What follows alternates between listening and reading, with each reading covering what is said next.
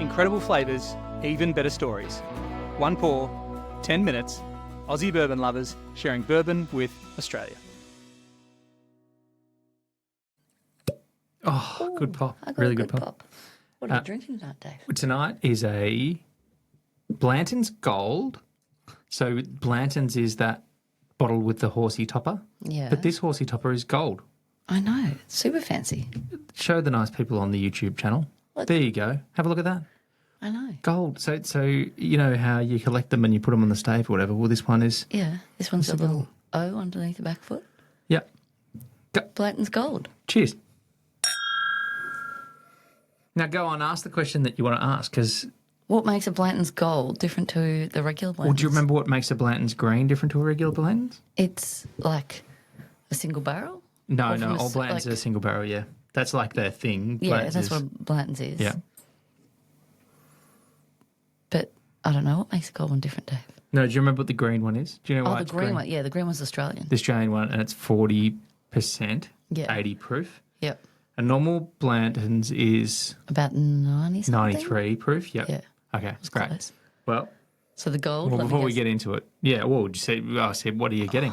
See if you can tell from the flavours. Sticky Dave That'd be so pudding. hard. Caramelly, Oh, yum. vanilla-y, pecans, buttery goodness. Very buttery. Buttery, desserty, like a crumbly crust. I'm sitting at my kitchen table at home as a kid eating sticky Dave pudding with lots of sauce. Oh, my goodness, that smells delicious. And that mouthfeel is very velvety and delicious and good. Oh, yeah. Yep. This is, my sister used to work at the Cheesecake Shop, which is a cheesecake shop. It's one of those companies that's pretty named obvious. as it is.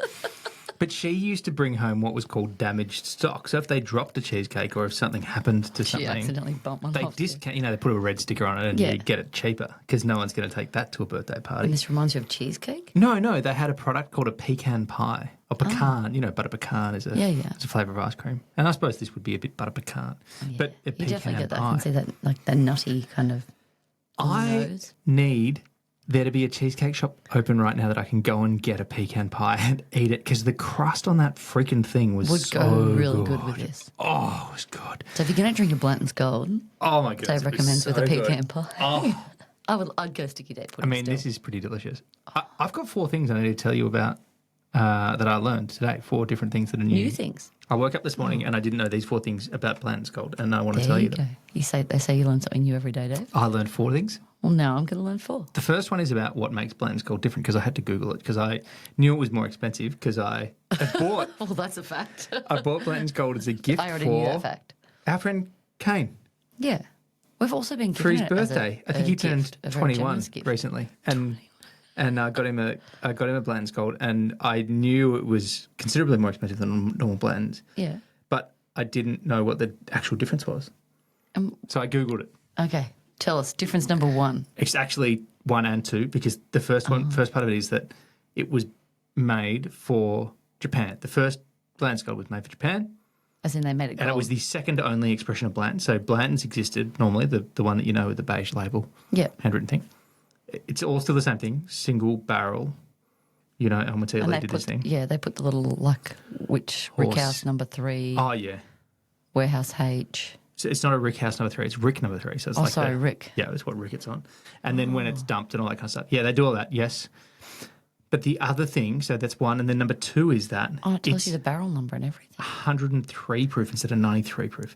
So it is it's 10% or 5%, 10 proof higher. Higher than a regular Yeah, Blanton's. so it's a richer, theoretically a richer flavour, less water, all that kind Yep. of good stuff that they add to make a thing. So that's the difference. Which Well, that's doesn't 2 differences. seem that, but it doesn't seem that exciting. But also the price tag is different. Yeah, well, it's high proof And and it's harder got a to get. fancy gold label. Fancy And- gold yeah, label written on and with gold harder. pen, and I don't know Yeah, if they've it's written just on with gold pen. this bottle, but it's jolly good. Oh, it's really delicious. Okay, It's very desserty. There's so many things that I love about bourbon, but one of the things that I really have liked about drinking Blanton's and all the other single barrel expressions that have followed thereafter, Yeah. since Almaty did this thing, is that if there's a real purity to drinking a single barrel. knowing that it's the thing. That nothing else has happened to it. They did this thing where they took 3 ingredients, Put it in a barrel. kind of cooked it and, distilled it and then stuck it in a wooden barrel and left it it in a there for warehouse. bloody ages. And then And it then came they out tipped tasting like that that. into a thing. They put it past these bits of cheesecloth or whatever to take the chunky stuff out, and then they put it in a bottle. And here it is in my glass now. They That's haven't all they've mixed done. it It's and all they've blended done. it. And... And how on earth it tastes That this good. bloody good is But confusing I like me. the fact that when you get it from a single barrel, that like if you really love this particular bottle, that the next one might not taste exactly the same. You Like can this- go to Dan Murphy's and not get something anywhere near as good as that, or something better. Yeah, and I think I like you that like better? adventure about it. But it does get sad when you find one like this that is really particularly delicious, and then you know that once that bottle's gone, it's gone. But do you think that's sad, or do you think that's part of No, the I think fun? it's exciting, but I do get a little bit sad when it gets close to the end of the bottle. Okay. Luckily, we just opened this one, so we're a long way from the end. My other 2 facts are less scientific and more story based. Tell us, fact number 3, Dave. I think I'm going to tell the next one as okay, all right, I know which one it is. At the end of Prohibition, no, here, let me begin with this one. Warehouse H is Yes. very famous because everyone who loves Blanton's and all the memes about you got any Blanton's and all that kind of stuff. Yep. Blanton's is so, everyone loves it, and Whiskey Noobs does these things where he does blind tastings, or he did them a while ago. Blind tastings is it which one's Blanton's and is it better than Blanton's, or which whiskies you can get that's better than Blanton's. It's a huge thing. Yep. It's much easier to get here than it is in the Hugely US. easy to get Yep. in Australia.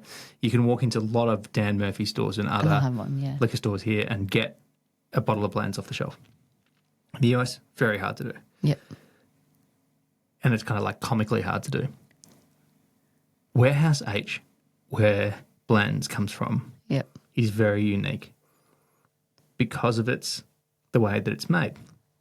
At the end of Prohibition, Yep. like at the end of COVID here, there was a shortage of stuff, right? Prohibition was a big, a trying time for the bourbon industry. I mean, COVID was trying for every industry here, or in the world over. But at the end of Prohibition, everyone needed to make whiskey all of a sudden, or the people who could still make whiskey wanted to make whiskey all of a Well, sudden. everyone was like, we can do it now. Let's make Let's lots. go. Let's go. So they all needed to get their operations back in order. And one of those things is to build or rebuild rick houses that have been torn down or used for other stuff or whatever it was. Yep. Oh, so there's a shortage of supplies. Correct. So what's a rick house usually made from? I would say wood. Yes. mostly, Or there's some that are made from. Yeah. Is it stone? Yeah. I Like think stone. often bluestone and stuff like that, or Yep. bricks and stuff like that. Yeah. Yep. I mean, the ones. Something that keeps the cold in and the heat in so that it stays nice and hot. And I then mean, nice and cold. effectively, it's just a big warehouse, isn't it? But there's the old ones out at Woodford Reserve. I think are all. I think they're bluestone. They're probably a different. Anyway, they look like bluestone. But anyway, big old sheds. Made of stone. Made of wood. stone, made of wood. I'm sure not Warehouse H. Warehouse H isn't the only one in the whole world that's this, but it is specifically made of.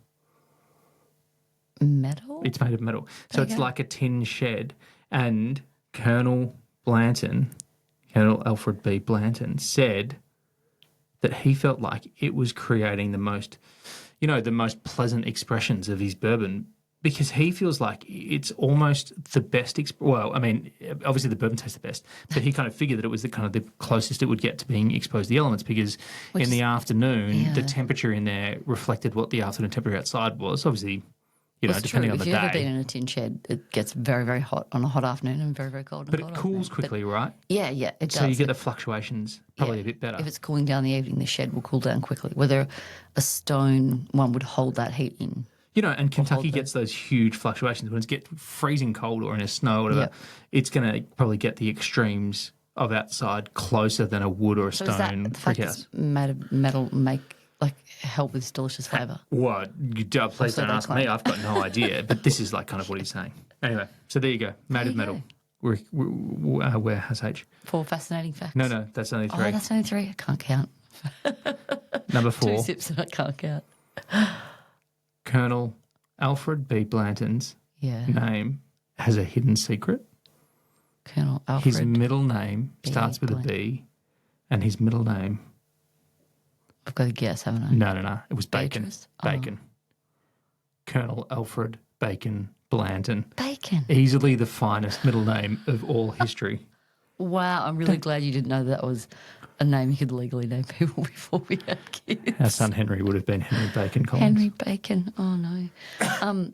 Wow. Are you a little bit jealous of the fact he's got the name Bacon in his name, Dave? Mm. I was going to say, Proud is it as well, bourbon? though. No, it's not bourbon. Bacon, but bacon and bourbon go well together. Well, I think I'd go a dessert with this one.